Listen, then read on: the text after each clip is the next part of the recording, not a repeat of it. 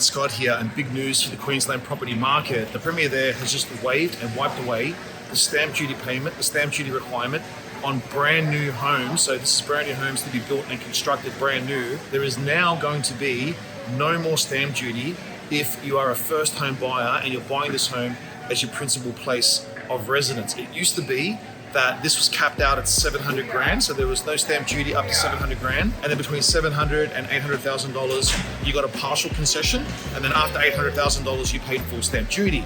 Now this applies to all homes regardless of the price, and this is because property prices in Brisbane, Queensland, all over Queensland has actually shot through the roof, and in many suburbs the median house price in Queensland now exceeds $1 million. So they've wiped that away, and this is really good news. This is going to help stimulate demand for the market, and what it means is it's going to help more first-home buyers get into their homes, because previously they had to look in areas for a property below 700,000, and they typically just do not exist anymore. Now the rule is that you've got to move into the home within 12 months after completion of the home, and you must live in the home continuously for 6 months. So this could even be an option. Say if you're a rent investor, you live in Sydney, you're trying to get onto the housing market, you want to get, say, a 4-bedroom double garage home, you can get that actually in Queensland, in the Brisbane area. You could actually build that home in Queensland, get a full stamp duty concession, which is going to be worth to you somewhere between $15,000 to $25,000, depending on that price, $800,000 to 1.1, 1.2 million. So you can actually build that house in Queensland, and you need $15,000 to $25,000 less to actually get into it.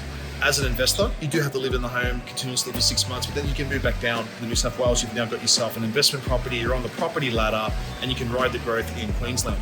Overall, how do things look in Queensland? Well, Queensland and Brisbane is becoming one of the most attractive areas in the country for people in Melbourne and Sydney to move to. And because of overseas migration continuing into Australia, we are going to see big population growth in Queensland, and there are massive constraints on the build and construction of brand new property. We are seeing very limited apartment projects, very limited townhome projects, and very limited construction of brand new homes. So there's going to be a housing crisis in Queensland for the next 5 to 7 years. This means we are going to continue to see price growth in Queensland. It is a beautiful and wonderful location for you to invest in. It is a beautiful and wonderful location for you to actually move to and set your life up in as well.